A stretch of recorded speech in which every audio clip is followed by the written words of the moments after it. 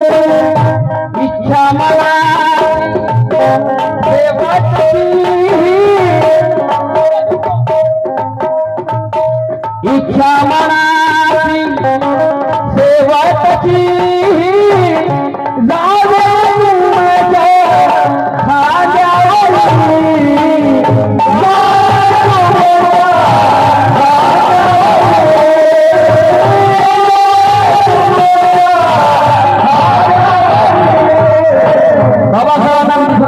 म्हातारा मी खाली पडला असता